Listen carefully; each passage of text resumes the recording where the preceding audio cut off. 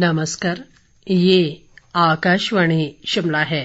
अब आप राजकुमारी चंदेल से प्रादेशिक समाचार सुनिए। प्रधानमंत्री नरेंद्र मोदी ने आज गुजरात में प्राकृतिक खेती विषय पर आयोजित राष्ट्रीय सम्मेलन को नई दिल्ली से वर्चुअल माध्यम से देश के करीब 8 करोड़ किसानों को संबोधित किया। इस सम्मेलन में प्रदेश के राज्यपाल राजेंद्र विश्वनाथ आर्लेकर ने राजभवन से और मुख्यमंत्री जयराम ठाकुर ने भी शिमला से वर्चुअल माध्यम से हिस्सा लिया। सम्मेलन में प्रदेश के 71,405 वर्चुअल माध्यम से प्रधानमंत्री सहित अन्य वक्ताओं को किसानों ने सुना। प्रधानमंत्री ने किसानों से कृषि पैदावार बढ़ाने व अपनी आय को दोगुना करने के लिए प्राकृतिक खेती अपनाने का आह्वान किया।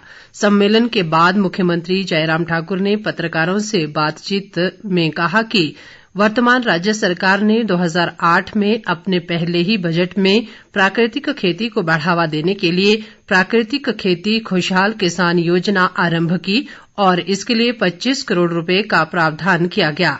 इस कार्यक्रम का कृषि मंत्री वीरेंद्र कंवर ने दूरदर्शन पर सीधा प्रसारण देखा और कहा कि वे प्राकृतिक खेती के प्रति किसानों का रुझान बढ़ाने के लिए हरसंभव प्रयास कर रहे हैं।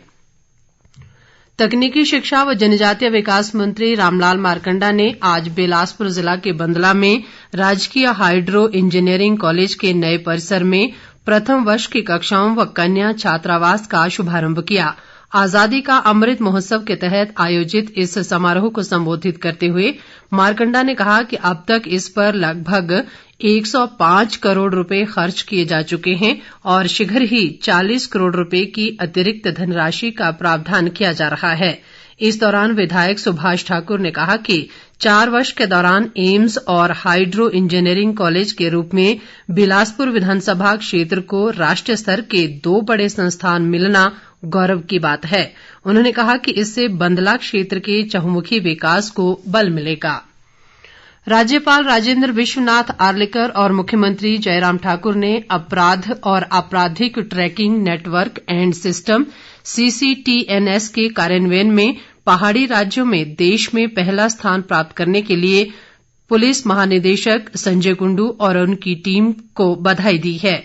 आज राष्ट्रीय अपराध रिकॉर्ड ब्यूरो नई दिल्ली में ऑनलाइन प्लेटफॉर्म के माध्यम से CCTNS और ICJS विषय पर एक सम्मेलन के आयोजन में ये बात कही गई।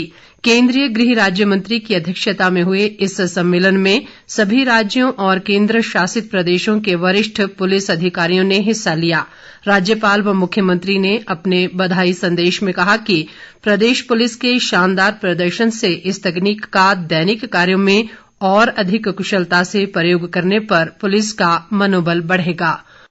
प्रदेश में बीते 24 घंटों के दौरान खुश्क रहने के बाद मौसम ने आज करवट बदली है।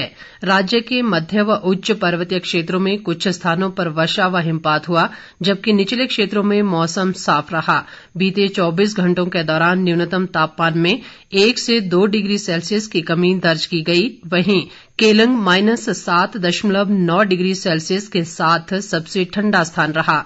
मौसम विभाग ने अगले 24 घंटों में मध्यम व अधिक ऊंचाई वाले क्षेत्रों में वर्षा व हिमपात की संभावना जताई है। वहीं 18 दिसंबर के बाद मौसम साफ रहेगा। इस बीच जिला लाहौल स्पीति में बीते दिनों हुई बर्फबारी के बाद घाटी में ठंड बढ़ती जा रही है। अत्यधिक ठंड से सड़क पर अटल टनल नॉर्थ पोर्टल से सिसु के बीच ब्लैक आइस जमने से सफर बेहद जोखिम भरा हो गया है। घाटी में न्यूनतम तापमान -10 से 20 डिग्री सेल्सियस तक नीचे जा रहा है।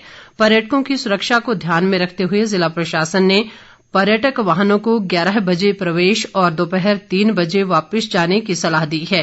उपायुक्त नीरज कुमार ने कहा कि लाहौल क्षेत्र में विंटर टूरिज्म के क्षेत्र में नए आयाम स्थापित हो रहे हैं। इसके साथ ही ये समाचार बुलेटिन समाप्त हुआ। नमस्कार।